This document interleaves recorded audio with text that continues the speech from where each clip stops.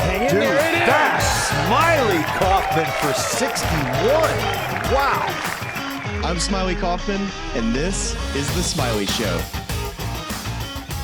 Welcome back to another episode of The Smylie Show, a belated 4th of July. Happy 4th of July to you. As you can tell, I'm still traveling on the back end of travel up to see the in-laws in Pennsylvania. That's why I'm stationed in their little office here. Smylie back at home in Birmingham, Alabama. And Smylie, it was a good little holiday week there for both of us in terms of getting out on the course. We got some pics of a Muni excursion in the Alabama area. So I think let's just get started right there. We saw some good scores. I believe you were low 60s. What was the impetus behind going to play this course on the 4th of July week? We either play this course on 4th of July or Memorial Day weekend, depending on, What's the name of the course, by the way?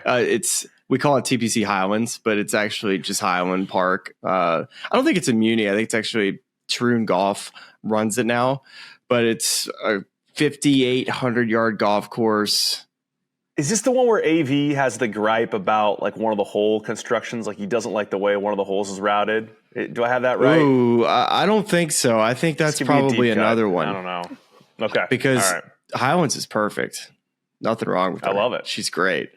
But it does get a little backed up the later the day that you play. These tee times are as munis do. It's, I think there's 7-minute intervals on the first hole's a drivable par 4. So it typically gets a little backed up right at the get-go. But this year we decided, hey, let's play early so that when we finish, we run right into lunch, nap time, and then afternoon pool session. So that was the goal.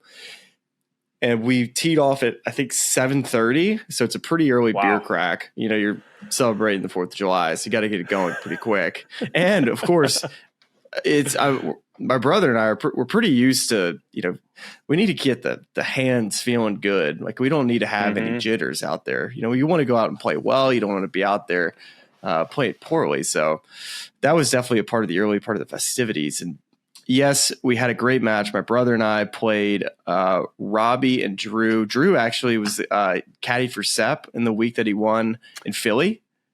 No way. Yeah, we talked about it on the pod when he won. But so Drew's a mini tour player, a good player, which is actually, this is the first time I've seen this, is that Lucky is a lefty, but he putts righty. Actually, he putts lefty and righty because he's got a bullseye putter. But primarily, until he starts to feel comfortable with his game, he'll primarily putt righty and hit lefty. Well, Drew also, he hits righty and putts lefty. So it was quite an interesting watching these two guys, hit it. It was like watching a Nota Begays out there on Friday. That's amazing. Also, like a very topical connection point here, because if you rule out opposite field events, Sepp Straka, one of the 4 2+ time winners on the PGA Tour this year, with a group that Brian Campbell just joined. That's right. And also, we almost had a top 10 player in the world join us out there. We were this close to having Sepp play with us. It was so close. So, I think I saw 64 next to your name. What would Sepp have shot out there? Oh, gosh. I mean, I have the course record at 56. Wow. What era of Smylie was this? Was this like LSU Smylie? Was this it was still LSU. Smylie? Yeah. Wow. 56. I can't even fathom that. With a bogey. Even better. I did 7-minute tee times this morning, which was, you kind of get anyway. I say the next sentence is not going to come out good for me, but you just get reminded why it's nice to have 10-minute intervals back at home. I'll leave it at that. I will say, big shout out to Muni Life. Bethlehem Muni here took Walker out to hit golf balls multiple times, like a little exec 9-holer course, small greens. So you're working on like really focused and aimed well approach shots. And I was like, you know what? It's good to get out here with the people, untuck the shirt, play some tunes. Jackson's literally throwing tomatoes at you right now. He doesn't believe this. He is. No, this is from the heart. It's just good to get out on 4th of July weekend and just really, what's more American than playing municipal course golf? I can't even get the words out of my mouth. It's not even like authentic enough. You can't even get it out. My brain won't allow me to go there. No, that's a genuine shout out to Bethlehem Uni. Genuine shout out to TPC Highlands. And a shout out to Smylie Kaufman, who holds the course record still, 56. Well, I think if somebody shot in 55, let me know. I just assume it's the course record.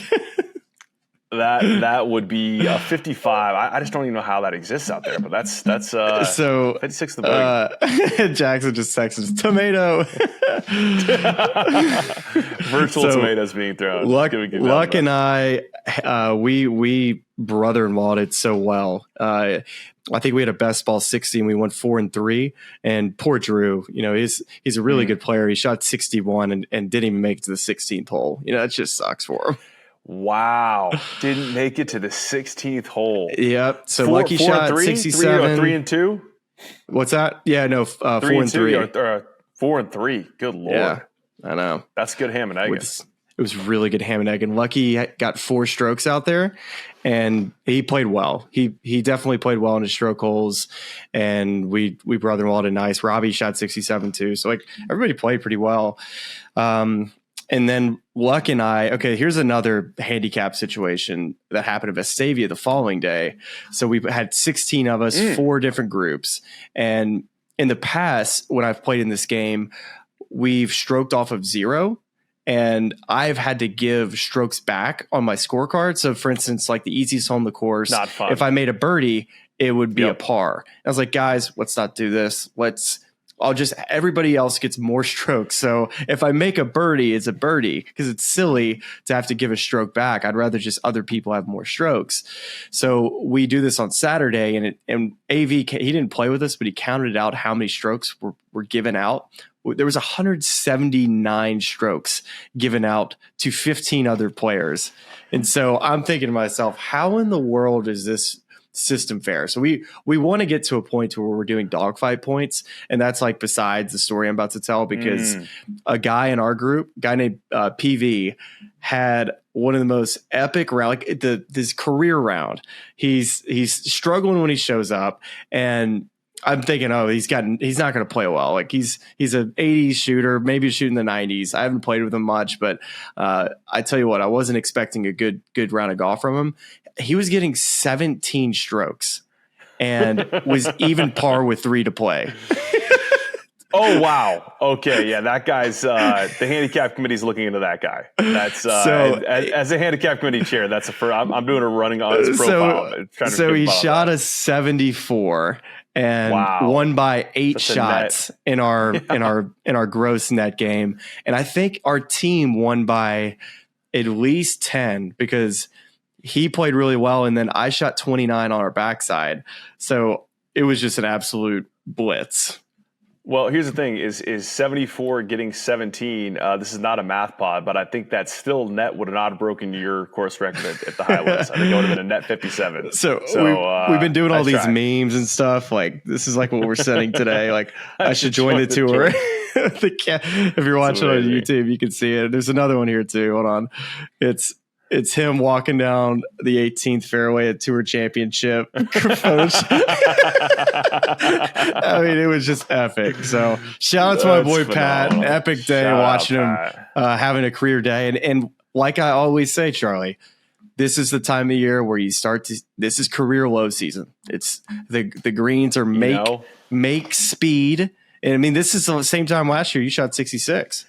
That's exactly right. It was in August, and I'm starting to kind of feel the game come back a little bit. Like, it's I think this is when I peak. I think I've started to kind of chart some data here. I think this is when I might go low when I get back in town. Although we're getting I looked at the forecast this week. I was excited to get back and play with the buddies on Friday. I don't think it's going to stop raining. No, it's just thunderstorms, solid for a whole week. Yeah. So I'll tell you what. That's the thunderstorms are definitely winning the fall and summer, or I should say the late spring and early summer.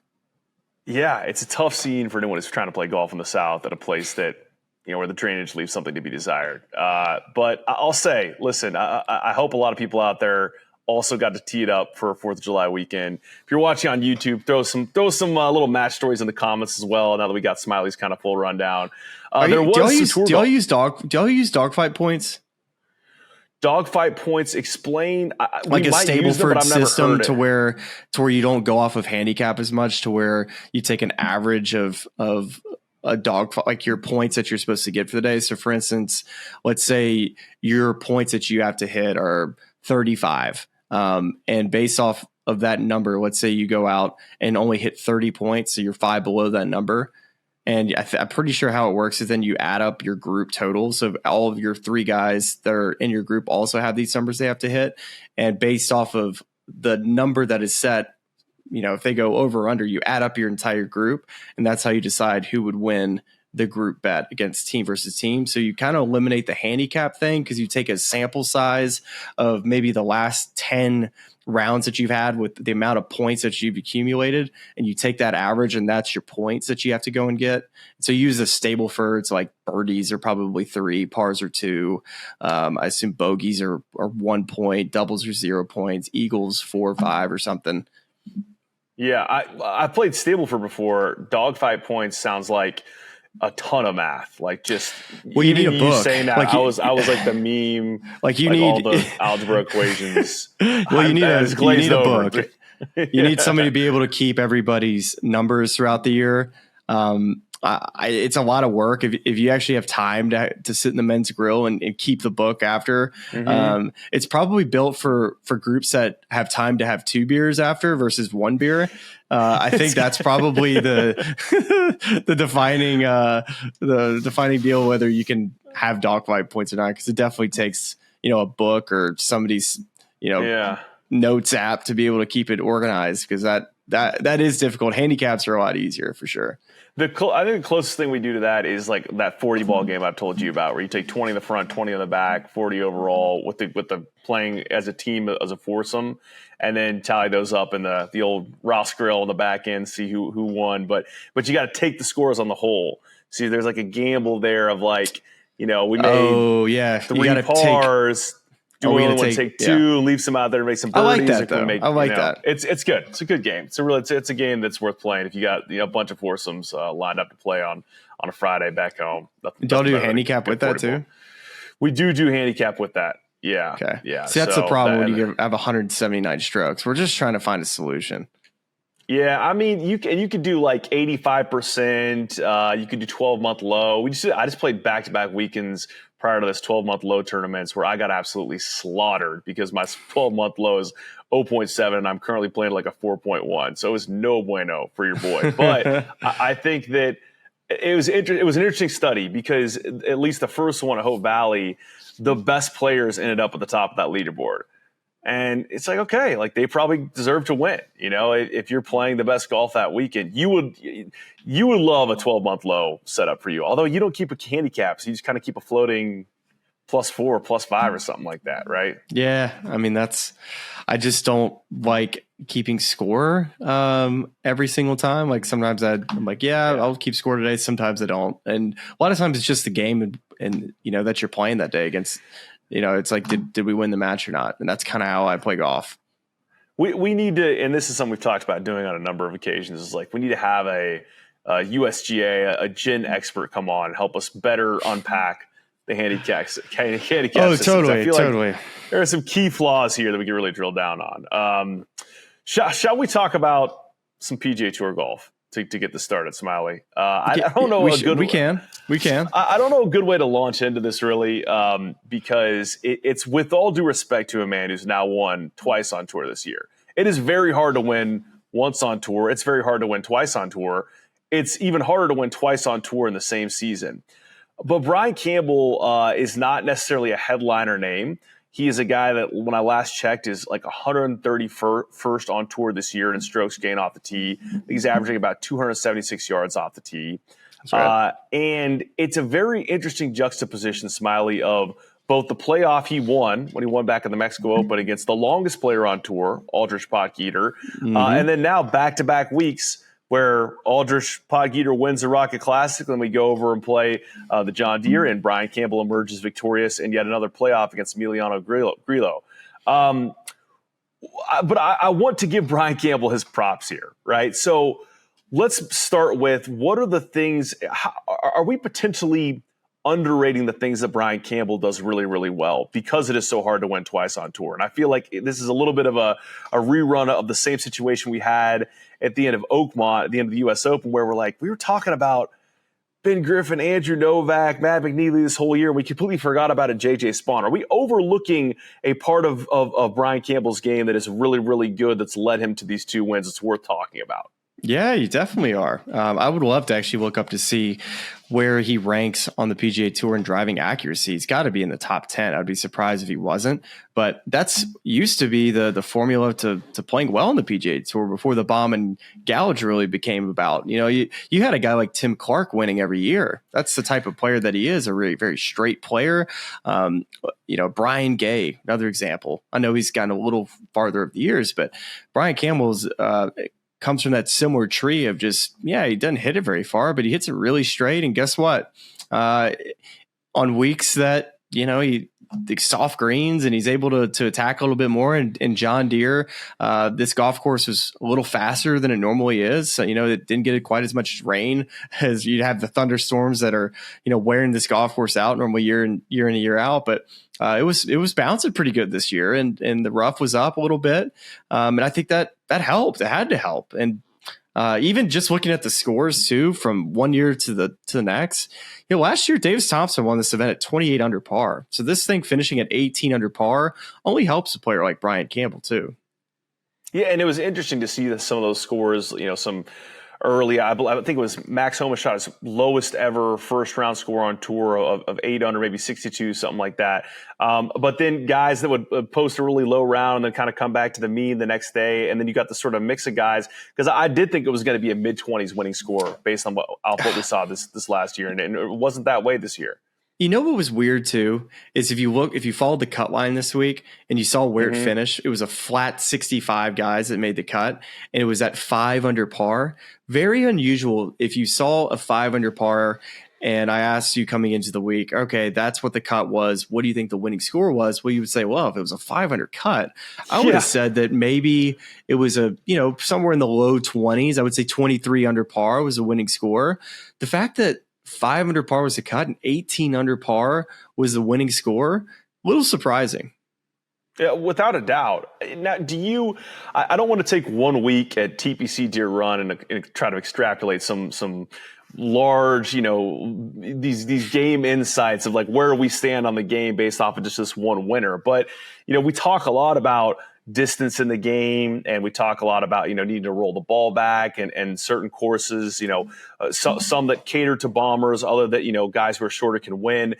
Now you have a guy like Brian Campbell who's won twice on tour this year, and do you take any large grand insights about distance in the game away from that, or is it just this guy had 2 really good weeks and he did some things that were a little bit underrated and got it done, and that's just, let's commend him, but there are no kind of large things to take away from that? I mean, a takeaway is again, for me as a professional, former professional golfer, I just got to give the guy a ton of props. I mean, it's got to be a little daunting now every time you stand on the tee box and playing with let's just say a young gun pot geeter. He's got 190 ball speed every time he tees up, and you're barely, making a dent in the golf ball in the 160s. That's got to be an intimidating thing to try to make a living with the best players in the world, to try to keep a card, only 100 PGA Tour cards at the end of the year. So coming into this season, his first PGA Tour season, it would have been easy for him to overswing, to not play within himself. But I'll say this, players that get that first win and they're in this different category definitely have, it feels like you have house money. There's nothing to worry about. You have a job. So you guess what? You get to go get better at things that maybe you would try to fix, where he's kind of played his own game. And remember too, he played good in 2 majors this year. He played good in Augusta. He played good in Quail. So I think what I need to do with you is I need you to send you out and have you go watch him at the Wyndham and just say, you know what? Respect, Brian. This is really impressive, because he hits a lot of fairways, a lot of greens. And I think a lot of players that we talk about often would love to have the control of the golf ball that he does. And On this show, we are consistent about the fact that we love to be proven wrong, and we will put our hand up and tell you when we have been proven wrong. We did the same with J.J. Spawn at the U.S. Open, and here it's, let's give Brian Campbell his props. And I thought even there are a couple moments today that really were distinguishing elite, winning on tour moments, regardless of who is striking the ball and how long it's going, where makes that double at 15. And then on 17 comes back, and I'm looking at ShotLink now. His drive on 17, the par 5, was 273 yards, and his second shot was 277 yards. An incredible, I think it was a 7-wood in there.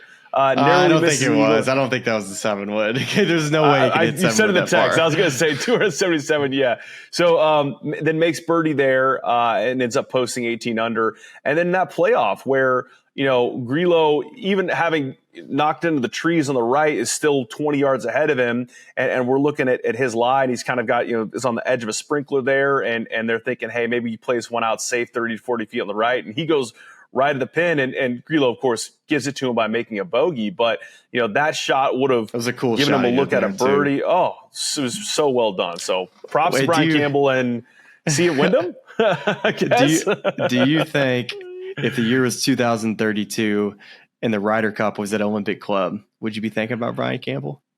I let's just fast forward a two-time winner, Brian Campbell, and a player like him comes on your desk, and you say, well, gosh, this guy would hit every fairway at Olympic Club. I would have to take him. But at Bethpage, it's not even a starting conversation.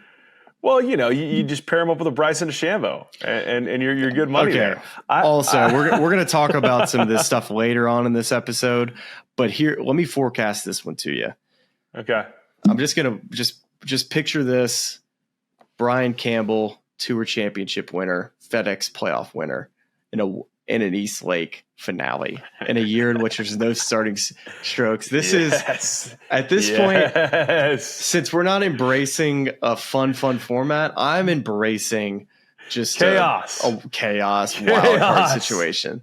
Can you imagine Ponte Vedra if they have Brian Campbell coming down the stretch on 18, which, by the way, that would be awesome if he did. Let's not act like I wouldn't be a fan of this, but that would be cinema.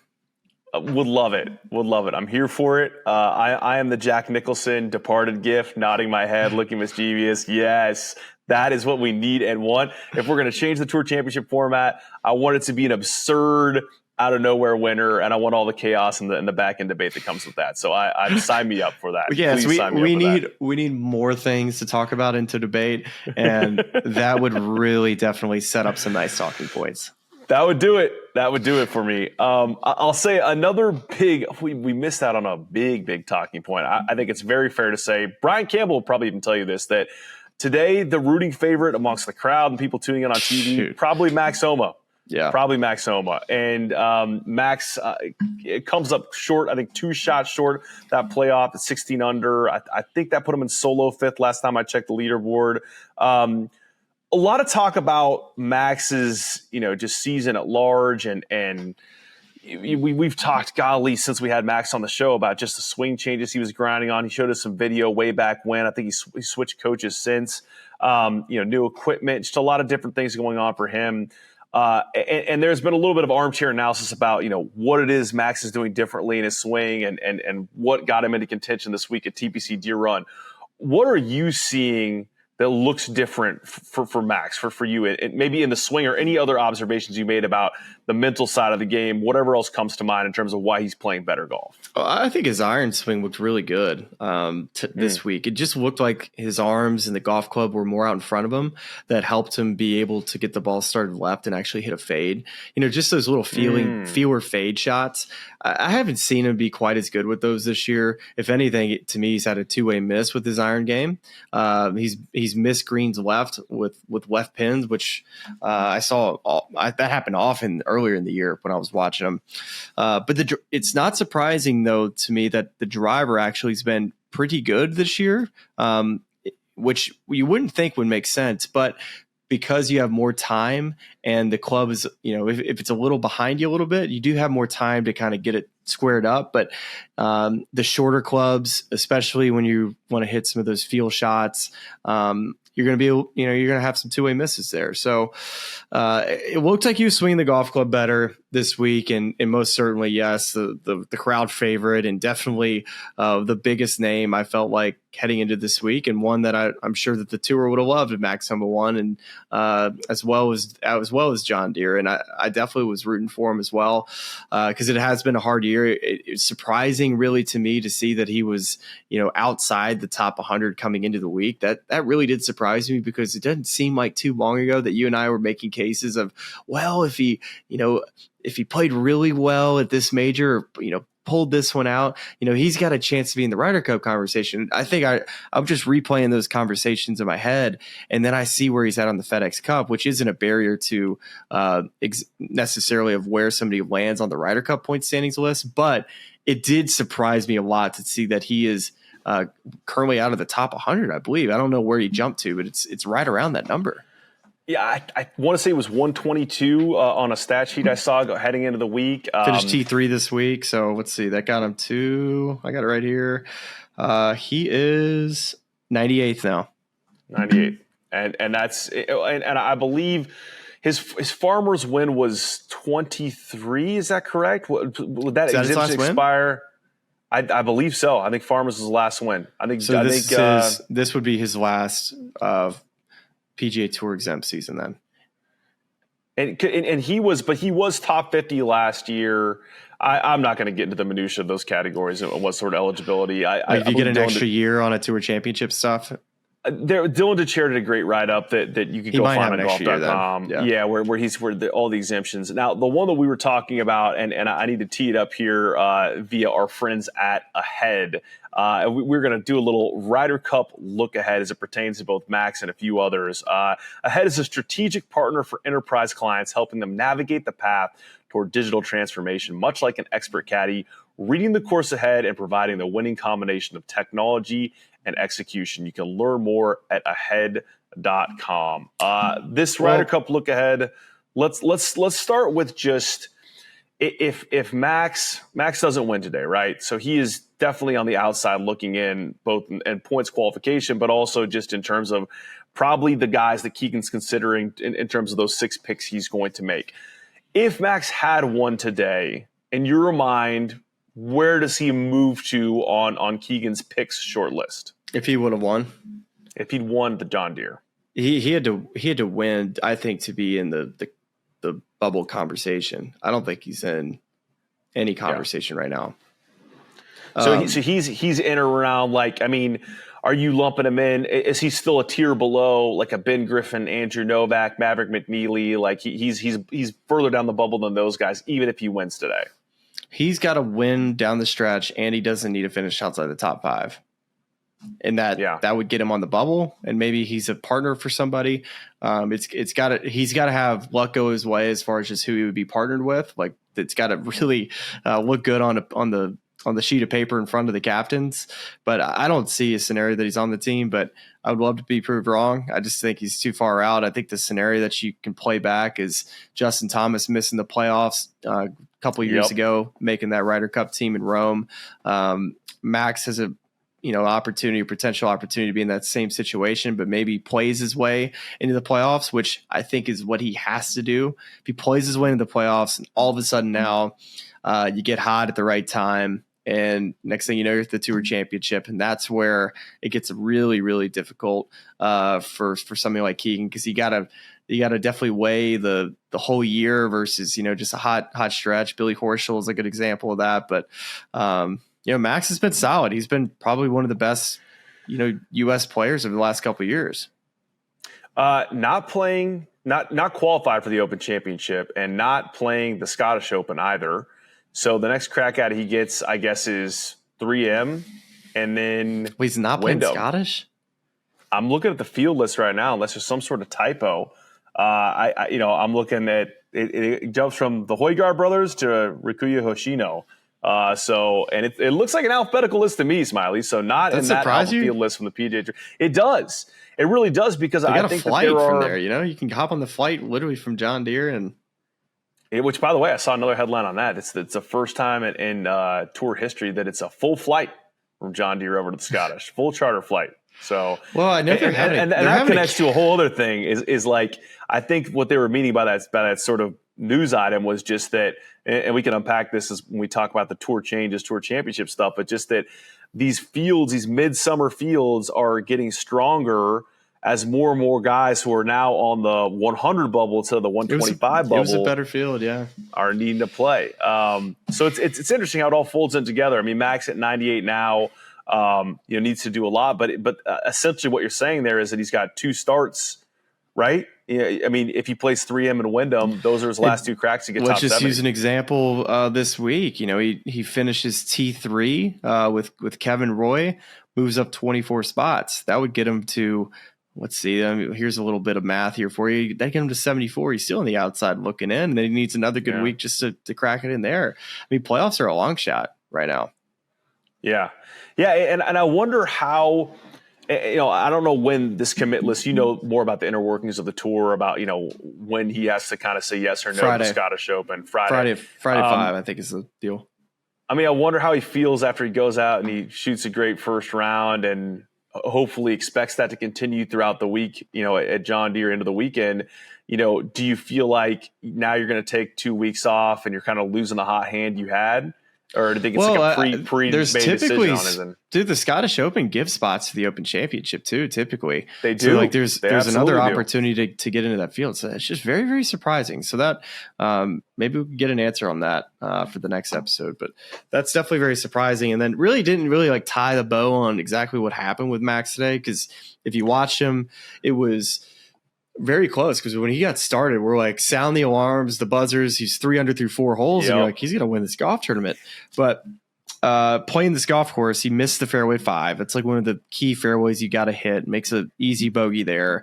Catches a flyer at 9, and really he 3-putts the 15th hole, and then 16, 17, 18. He makes that nice putt at 16, but misses 3 putts inside of 10 feet over the last 4 holes and loses the tournament by 2 shots. And then you throw in just like a wedge shot. He kind of he missed the fairway kind of at the 10th hole on a layup on the par 5. So there were just things that were, it was so close. Like you feel like he could have done it today. And it was such a good opportunity. Of course, Max was the guy that everybody looked at on that leaderboard as the guy that probably you'd be the most scared of. Today, kind of to those points, 52nd in the field in strokes gained putting, 53rd in strokes gained around the green. Brian Campbell, I just love this. 62nd in strokes gained off the tee for the week, but 6th in strokes gained putting, 10th around the green, and 8th in approach, and that's how you win a tournament, ladies and gentlemen. Hold on. Did you see that Brian Campbell after his round? So he was, I believe, the 2nd or 3rd to last group, and he goes in and just sits and watches the coverage, doesn't go hit golf balls. Not hit golf balls. And Amanda asked him after the round or after the playoff, and they're like, yeah, I just want to rest. And all I was thinking, I was like, even if he went and did, like, let's say you did go and hit golf balls and say lose, how much more ball speed is he actually getting out of this thing? Like, is he going from like 164 to 165 just by like warming up? I think the ball is he's gonna have a little bit of adrenaline. He's gonna have a 7-iron in, so he's fine. Let him eat some cheesecake. That's right. Well, you just said, and this is a plight that all of us playing summer golf can relate to in hot areas. Like, dude, I was hot. I was tired. I wanted to get something to eat and drink some water, drink some Gatorade. Stars. Last thing I wanted to go do is hit more balls or like work on a putting drill. I was all the way with him there. Show and go for the playoff, and hits the fairway, and then hits a great little iron shot in there, and he is a two-time tour winner now. So kudos to him. Did you see briefly on Max before we wrap there his thing on Twitter earlier in the week? No, well, say it. We're talking about how everybody's trolls on Twitter, basically. Yeah, is that about effectively. Right? Yeah, he called it an awful place, which I tend to agree with it. I think that. I know you're a Twitter guy. I had to delete social media for 3 years as a player. It was just, it was nasty. Yeah, it was awful. I understand that. A lot of other people wouldn't get that because his whole bit was making fun of people, but also it was a bit because everybody wanted to be made fun of. Let's not act like he just chose one person, and maybe he did, but it became his thing, which is, it's not like he was just sounding out people like, oh, I can't wait to bury this guy's swing. Yeah. I just think the mechanics of it, not that anyone cares what I think necessarily, but like X has just become, I far more enjoy the places where we get to kind of put out fuller context, video dissertations where you get more context added versus a place where everyone's trying just to dump on each other. I got some nice feedback on some of our recent shows in the old DMs box. So that was like, this is why I don't use X. So thanks so much for that. You know who you are. I'll wrap on the Ryder Cup piece, but by just flipping to some really cool, some heartwarming news as the 5th assistant captain for Bethpage Black's been named, and it is Gary Woodland, who is, it said, it felt like a typo to me or a misprint, but I guess just maybe the timing of some of the when he was playing well. But it said first Ryder Cup appearance. Gary Woodland never played on a Ryder Cup team. Do I have that correct? He just made the President's Cup at Quail Hollow, I believe, is the one that he made. That was the Pebble Beach year. Yeah, the 2019 U.S. Open win. Yeah, maybe it's just a timing thing, but that was a little bit surprising to me that he never actually played on a team. Well, 2019, would that have been Australia? That actually sounds more right. That's right. Wasn't that the one that Tiger captain? Yeah. So now, and I think the interesting part about that is, and I have the captains here somewhere in a link. I'm working with one screen tonight, so I'm really Furyk, Kisner, Gary Woodland, and Jim Furyk, Webb Simpson. Okay. So let's just talk about that group now. If Keegan ends up being a playing captain, does Furyk become the de facto non-playing captain, just given his experience on these teams and having just led the American side to a President's Cup win? I know it's lower stakes, less leverage. Do you feel like that becomes the guy who's calling the shots if Keegan's out in the course? Well, I don't know why. I'm just, because I'm ready for football season, that somebody explained this to me about how the referees and the officials are decided who gets what role, like who gets to wear the white hat, who's to get the guy that gets to speak. And I think somebody told me that it was actually like kind of personality based. Like this is the person that's like best suited to do this. And I don't know how other ways they pick that white hat guy that gets to talk, but Jim Furyk kind of would fit that profile of the ump or the referee that gets to wear the white hat. Jim Furyk's our white hat guy. If Keegan plays, he's the guy that gets the hat. I mean, just think about it. All right, so you got Webb Simpson, like just great dude, a person that could probably go and talk to the guy who's started out the Ryder Cup day 1 and 0-2. Like you go put him in a quarter, Webb Simpson, to get him like all positive. That's Webb's role. Gary is the guy who's going to be the intimidator. He's going to be standing on tee boxes and he's ready to crush some skulls. He's going to be drinking beers. And then you have, let's see, who's the next one? We got Brant Snedeker. Sneds. Yeah. He's going to be walking with whoever Sepp Straka is playing, just kind of like a ball negator, like the no shave deal. So he's also going to have his hat off to kind of negate a little bit of the glare from the top of the heads. And now Jim Furyk's going to be giving speeches. If Keegan, I think it is actually kind of a really nice makeup of this team where. Sneds obviously is going to captain the 26 President's Cup team at Medina. So it's a little bit of, getting him in that room and experiencing around those guys. Furyk obviously has experience from last year and an extensive experience being assistants on a number of these teams. And now you're really kind of starting to bed in the next group of assistants where, Kiz has been an assistant for a couple times now. And now you've got Gary Woodland in the mix. I just like seeing guys that are new faces that also are well respected amongst American players that can really start gaining a little bit of what's it like to lead in these rooms instead of play, and then see if they can become the next captain that tries to win a Ryder Cup on foreign soil or something that's more pivotal. So I think it's cool for Gary Woodland. I think what I like too is that all these players are still playing on the PGA Tour for the most part. Besides Jim, the relationships in that room are going to be really solid. Keegan, obviously, a player that most likely I think should be on the team. So it's important, even more important, to have really good assistant captains, and I think he's done a really good job of picking them. I have no notes. I love it. It's cool for Gary.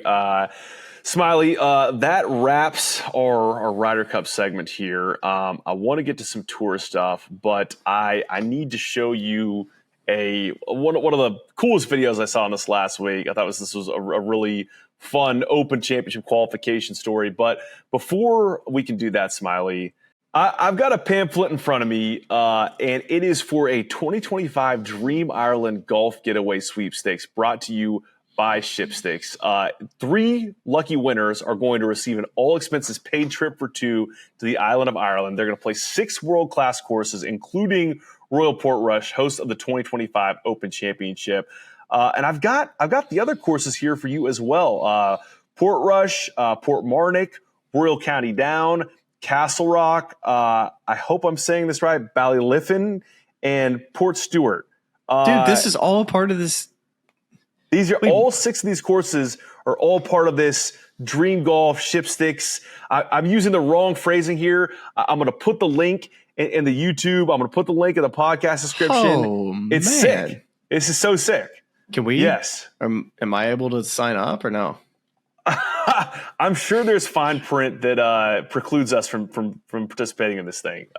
We can ask. We can ask. There's a whole pamphlet on this thing. We can get y'all hooked up. But basically, that's the takeaway for you. It's like, go sign up, go do this thing, because you could win via ShipSticks to play all those courses, all expenses paid, trip for 2. Yeah, I don't know what else there is to say. Like, if you're looking to make a trip over across the pond, Ireland, Scotland, like, these are bucket list places to play golf, links golf. This is a pretty good deal from ShipSticks. Yeah, it is. It's incredible. I'm gonna send that out. I'm gonna send it out to my boys. So actually, one of the last, it was like a getaway for like a set of irons. One of my buddies did like the tag, a couple friends, and it was like a long shot. It was actually done by the PGA Tour. It was for Strixon set of irons, and there was thousands and thousands and thousands of comments of people trying to get these irons. And I get a screenshot from one of my buddies and said, "Hey, is this real?" And it was a screenshot that said from the PGA Tour, "Hey, you won the giveaway." And literally, it's like one of my boys. I'm like, how did this happen? So I know it's a story that's unrelated to ShipSticks, but it just goes to show that you could be the lucky winner too. You're basically everyone listening or watching this podcast. You're all our friends, so there you go. You might just, by the same stroke of luck, end up in Smiley's good graces and be heading off to Ireland to play some golf. And the good news is, too, we did use ShipSticks to get our clubs over there. We had, I think we had 13 of us over there, and all of us used ShipSticks to do it, and all of our golf clubs made it safe and sound. So you get that aspect, too. You don't have to worry about. That's maybe the least polished, but just most raw read we were done the show. It's like, here it is. Go do it. Go play golf in Ireland. It's going to be amazing. What else do we need to say? Yeah. What else do we need to say? Go to the link and go sign up and do the sweepstakes. So you should have actually started with, it's like, this isn't a read. This is a, hey, y'all don't need, like, everybody needs to tune in. This is it's a no brainer. Just go and do it. This is a automatic, have to do it. Boom, boom, boom. Everybody understands. We move on. Send us pics, send us vids. We'll get them on the show. Big thanks to ShipSticks. So look for that in the description, the YouTube description, the podcast description, and enter it to win. That is the tee up for, I hope I'm saying his name right, Richard Teeder. It's Richard Teder. He's from Estonia, right? Estonia. I think I saw this on a Monday Q Info tweet that there's only like 9 golf courses in the whole of Estonia. And Estonia? Is that like where Princess Diaries is based? Wow. Princess Diaries. I don't have a ton of knowledge base in and around Princess Diaries. I believe I've seen the movie, but I could not tell you where that is. Is that not the country? You know what? Well, while we're at it, Princess Diaries, Estonia. It's not set in Estonia. It's set in the fictional country of Genovia. Gosh, it was kind of. In the book series, it's situated between France and Italy. Okay, so it's a fake place. Got it. It's filmed in England and the United States. Many of the scenes. If maybe we said he was from Geneva, that you could have said, okay, I could see how you got those two things confused. Yeah. I mean, that would make total sense to someone who knows lots about the Princess Diaries. To me, it's still all this is lost on me. Listen, but he, a big Julie Andrews guy. We listen to a lot of Sound of Music, and we actually were talking about it this week because our it's always on in my car. Do re mi. Were you a big musical family, or is this something Fran's brought to the equation? Fran is 1,000% of music. She likes musical stuff. I don't mind it actually. I was like the guy that everybody made fun of High School Musical, but I watched the premiere when it came out. I don't think I ever saw High School Musical. I'm talking about like the good stuff, like the old school musical stuff. Yeah. I mean, I think I saw that. Do not watch it. It is so bad. Okay. Not even like a good bad? Like there's no value in rewatching it at all? It's really, really tough scene. I mean, not that I'm a guy that should be talking about jaw lines, but Zac Efron. What happened to Zac Efron's jaw? Have you seen this? Bonk? Seen Zac Efron's jaw?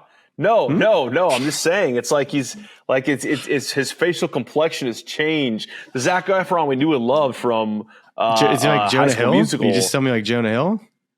No. Like it's like a steely. Like I think it's actually a surgically. I think he broke his jaw. I don't know how we got here. We're talking about Zac Efron's jaw. This is my own feeling. It's my own fault. Genovia. So we hold out, huh?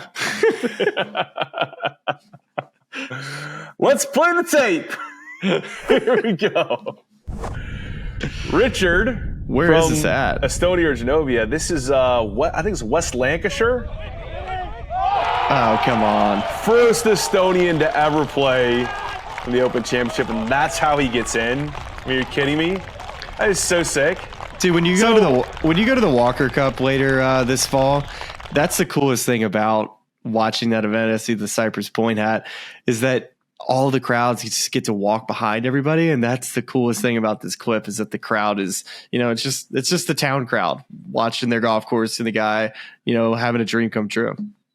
Walker Cup was at Seminole, however many years ago that was, 21, I think it was that like 2,000 people, no ropes, like you could get as close to everyone as you wanted to be. It's so cool. Agreed. And like, they got the whole village out here trying to see if this Estonian dude's going to get it done. And he's in the Open, so that is a very cool story. Congrats to Richard. We're going to be pulling for him. We get to watch him here in a couple weeks. Smylie, top hole out you've ever had in your career or hole out you've ever witnessed in your career? Shoot.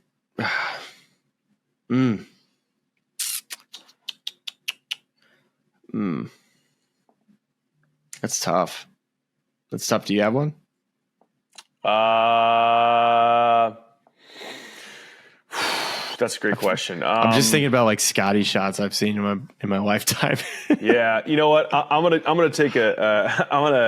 give a shout out to my boy Gil Frazier here, who won a skin in the Hope Valley practice round at Member Guest last year, and then proceeded to shoot like 52 the next 3 or 6 rounds to just completely DFL us in the Member Guest. So, Gil, that skill on 13, skin was big. We needed that one in a big way. So shout out to you, Gil. So hole out, man. Nothing really comes to mind. I haven't had too many dramatic hole outs for myself. I've had some hole in ones, but that's a completely different category than a hole out, in my opinion. I feel like I've seen Scotty hole out some shots that are pretty cool, but nothing coming to mind. Like, what's the most dramatic hole outs that we've seen over like the last decade of golf that we've witnessed? I mean, help me come up with some. I'm just thinking of some like pitch-ins that have happened over the years. Like I think of JT's hole out on the 18th hole to get into a playoff. He eventually lost, so that kind of derails it. But still, that was a crazy hole out on the last hole. It's now that I'm thinking about that. I mean, JT almost holed out the Wyndham to get in the playoff 2 years ago, and it came up just short. So that's obviously that's not a hole out. Russell Henley pitched in at 16. It was the 16th hole. I'm just kind of going on the calendar. So Scotty Scheffler holed out in the 4th hole in the year that he won the Players. I believe that was his past year, but I don't even think that was Sunday. I think that was Saturday. Maybe it was Sunday. What are some other ones today? Thor hold out today. Denny McCarthy, Thor, Michael Thor. Well, people hole out all the time. I'm just thinking about when has it been on Sunday in a big time moment. Gosh, I bet people are just like, how are you forgetting this one? Yeah, please put those in the comments. How about Denny McCarthy hold out today? Denny McCarthy's hitting the ball good this year. Like his ball striking's been like it's really bumped up a level to go along with his putting. So you saying you're going to take him somewhere? I might have to. Maybe Denny at the Wyndham. Maybe. I might take Denny at the Wyndham. I thought he was going to get it done this week, just on this sheer frat house. The frat house streak ends, which is a real shame for all of us. Frat house had a great now run. I'm just thinking about hole outs. Like, what am I missing? Like, Rory hasn't had like a crazy hole. I mean, that the hole out that him and Colin Morikawa had at 18 were pretty cool. That was sick. That bunker. Yeah, but it wasn't to win. So much, like those are really cool hole outs. I'm just thinking about players now. Like this is Xander. Tiger's most iconic hole out? 16 at Augusta Masters. Yeah. That's probably the most memorable one. We'd say. Jackson right? just said Scotty's hole out from jail, but actually that was the day before. Jackson, that was the first day. It was the first hole of the PGA Championship that he holed out on the first hole. The next morning is when he got thrown in jail. Yeah, and then walked out to many men, which was many people. That's definitely a hole out though that comes to mind. Well, we should put some in the comments. We're struggling right now. Put some in the comments. Thank you in advance for your help. I'm sure we're forgetting so many of these. This was not like our debate over best drives, best drivable. Like the Colin Morikawa JJ Spawn conversation. We know we're missing good hole outs, so send those to us. Smylie, here's the last place to end. We teased it a little bit earlier in the show. The 100 million FedEx Cup payouts changing significantly. I'm quoting from an article that Sean Zach wrote for golf.com, summarizing it. So just main points, total bonus pool remains at 100 million. No one's getting paid any less. It's just they're paying it out at different times. So a total of the headline in his article here, regular season matters the most. A total of 20 million will be split among the top 10 players in the FedEx Cup at the conclusion of the regular season. Which I guess is like almost layering on a bonus to the Comcast Business Tour for all intents and purposes. There are payouts for positioning after each of the playoff events. So like there's an additional 23 million that gets paid out after the BMW Championship based on standings there. And then the winner at East Lake, rather than winning, I guess it was the $25 or $30 million winner's share last year, will win just $10 million for that week. Second place wins $5 million, so on and so forth. It's essentially a $40 million purse for the Tour Championship now. So face value, do we like this change? What do you think about this change? Well, it's kind of what we expected to happen. I'm surprised it took a while for it to be rolled out. You would have thought this whole thing would have been rolled out when the Tour Championship was announced in the new format. So it definitely explains a lot, because it definitely maybe keeps a player like Scotty Scheffler or Rory McIlroy, or name another top 4 or 5 player on the FedEx Cup points to maybe want to play Memphis and BMW. They still might be able to get away with it with how far ahead they are, but got to remember, points are like quadrupled at the playoffs, so things definitely can get a little dicey when it comes to those top spots and how much money is on the line. Not to say these guys haven't made $1 jillion this year, but it is another factor for these guys to play. Rory's been rumored to not want to play Memphis this year. Mm-hmm. Golf course that he doesn't necessarily like. It's hot. So I don't expect to see Rory there this year, but I would assume that Scotty will play. Would have to think he'll play, right? You'd assume. I mean, I think this is to some degree a spinoff of some of the ideas that we've talked about on the show. I mean, I think the first and foremost thing we've talked about is separating the regular season from the playoffs, and there's a whole season worth of consistency that should be rewarded. Currently, prior to this was rewarded heavily by the Comcast Business Tour, but we really didn't talk too much about that or make as big of a deal about that as maybe we should have. And now you're layering on that additional 20 million or whatever it is for playing well in the regular season, which I think is correct. It's like that's the thing if you're consistent throughout the entire season, why are we throwing a lot of that out the window and just letting people kind of randomize the finish order over the last 3 events and then having the money paid out that way? It doesn't make a ton of sense to me.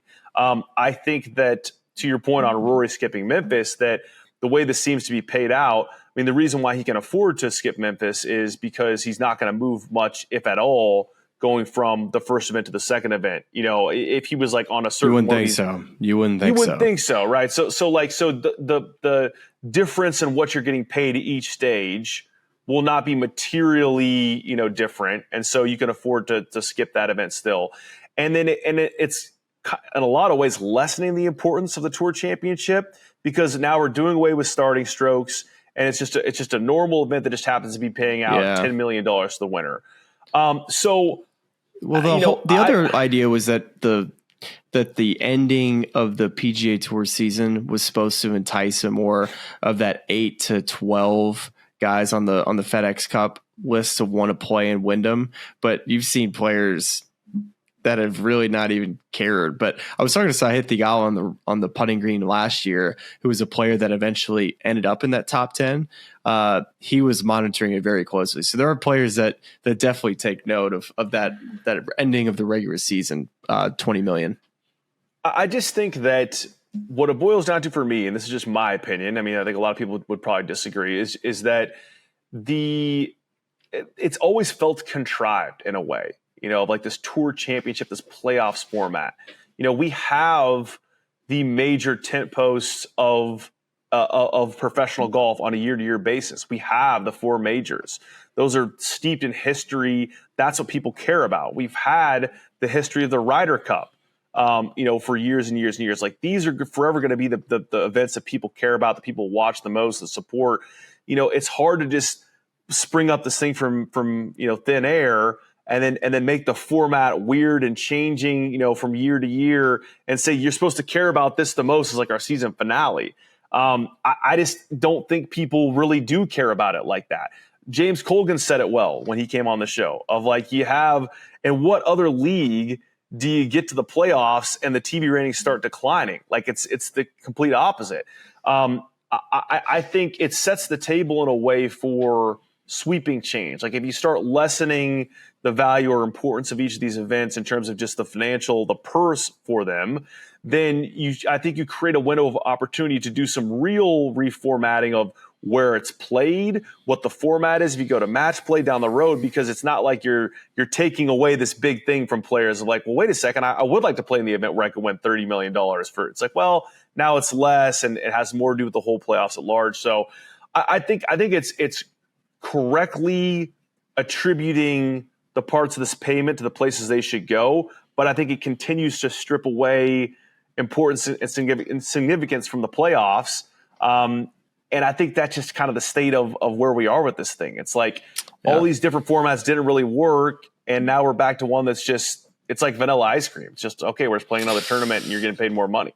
I guess the contrarian side of this is that if I'm against the stroke play free-for-all Tour Championship, how can I be for match play?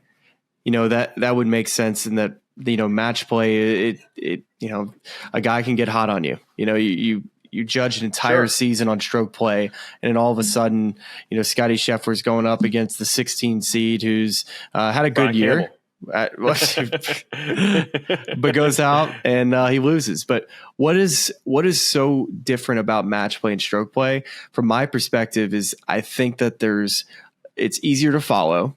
I think that you can always tell where it stands within the 2 players that are playing each other.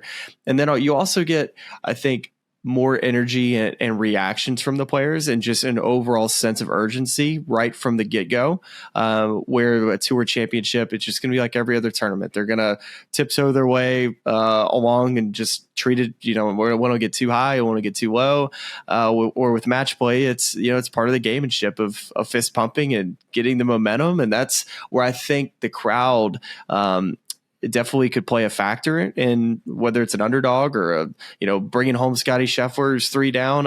That's the aspect I think that the players have totally missed in this, is that, of course, the players were part of the reason why match play hasn't worked, but couldn't agree more. Like, you go to a big city with energy, and then players that have a sense of urgency and match play to not want to go home. We just talked about there's plenty of money going out early enough, and all this for the guys who play good throughout the season. So let's make this thing fun.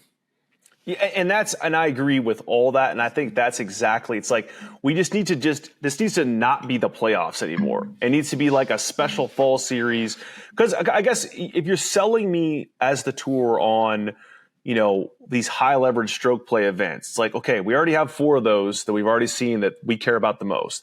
And then even within a tour context, you already have one that leads off the year in March that we care about more than any of the playoff events. And the players, we love the players. It's a fantastic event. It's at a phenomenal venue. Like that I care about that more in that spot in the schedule. The players, kind of to your point, missing the what match play could represent is where match play fell on the calendar before. It was a great event. It was an elevated event, but a season-ending high-stakes match play event would generate so much intrigue, and you could really build something from nothing there. Like watch match play.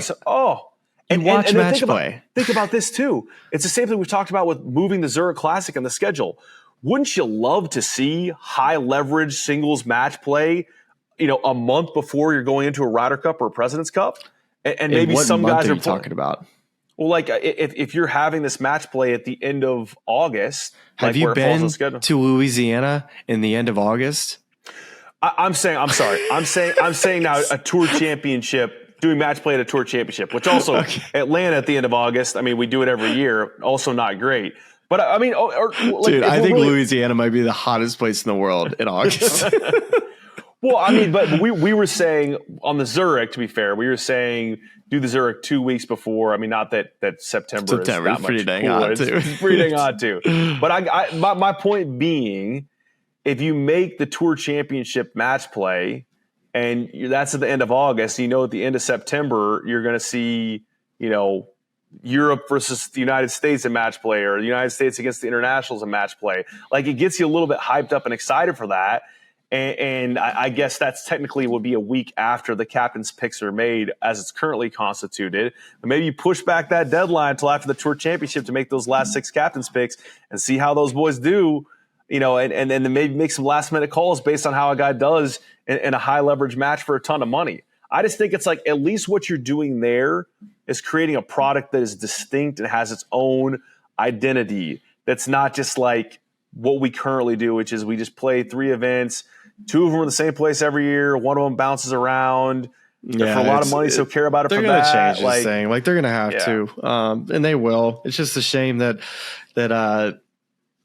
I mean, good for them for at least doing something different this year, but there's still so much meat left on this bone.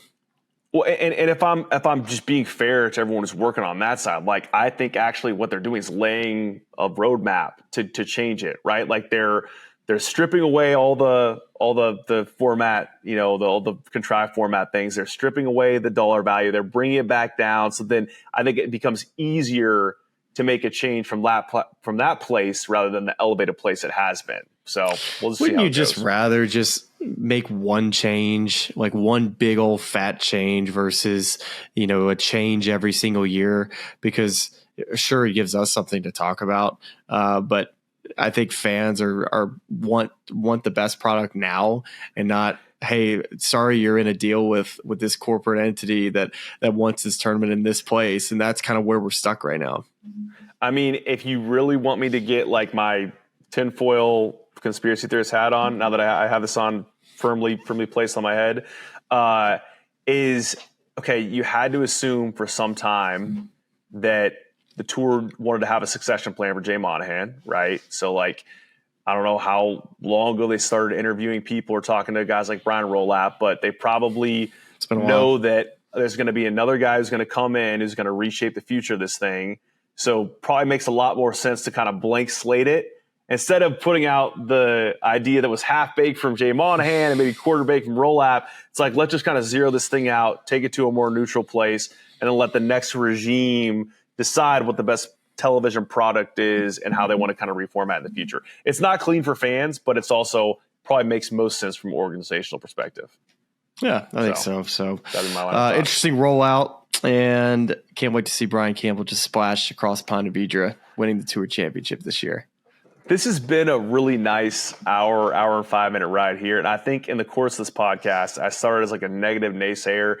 I'm all the way in on Brian Campbell. I want him to win at East Lake. And I just love a guy who's just hitting it out there straight 276. Did you hit it further than Brian?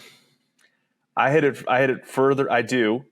I also hit it a lot further right and a lot further left than him, and often in the context of the same round. So that is why I've not won twice on tour this year, among many other reasons. I thought he was going to blow it after the he hit that hook on the 15th hole and made a double. Yeah. And then I was thinking while this ball was going into the trees, like, is he going to get the same bounce he got in the playoff, and this thing's going to ricochet back in the fairway? It didn't, but still, he went on, got it done. So congrats, Brian. I ordered a new putter on eBay. What'd you go with? I was in the old Chatham shop 2 weekends ago, and they had like that spider that's weighted to feel like a blade. I think it's like a spider. I can look it up. It's like spider. It's got like some 3-letter acronym on it. I'm weights. So the general weights in the heel of this. When you say it feels like a blade, so like it has more toe swing? It's weighted towards the front of the face. FCG. Jackson's got a spider FCG. Look at Jax getting in the chat here with the Jax. Text us and tell us if you like it or not. Yeah, I ordered a spider FCG. Look it up. I'm very excited about it. I'm gonna borrow some weights from my my current blade and throw those in there. We'll kind of weight it heavily in the front. I'd have to roll a couple to know what you're kind of talking about. Because I set it down, and it was like, I'll say it this way: like I was in the shop, and I was just grabbing putters as I always do, and I got like the Tour X, whatever the spider is that Rory and Scotty use, and it just the way the stroke just flowed, it just didn't feel comfortable. I was just messing around with all the other putters, and then I grabbed this one. I was like, oh, this feels right. It was like, you like Harry Potter when they find him the right wand. That's kind of how it felt picking up the Spider FCG. So we'll report back. We'll let you know how it goes. We've talked Princess Diaries. We've talked High School Musical, and there we are with the last one. Please leave in the comments what you think of Zac Efron's jaw. Thank you so much for listening and watching to us as always. And we'll be right back here soon to recap the Scottish Open, to bring you some Open Championship preview. We got all sorts of things. Oh, and we have a premiere this week on YouTube of one of the best putting performances that Stephen Sweeney's ever seen in his studio, courtesy of one Smylie Kaufman. Excited about that one, SK. Yeah, it's a good one. Can't wait to see it. It's a good one. Can't wait to see it. Can't wait for you to see it. We'll talk to you back here very soon. I listen to this podcast. It's really cool. And all of our local fans and subscribers, but make sure you like and subscribe. It's cool to see what you guys are doing. I know golf fans appreciate it, but we do too, so please keep it up. For all the good people at YouTube, like and subscribe. You guys have some good takes, so I'm happy to come on and shoot the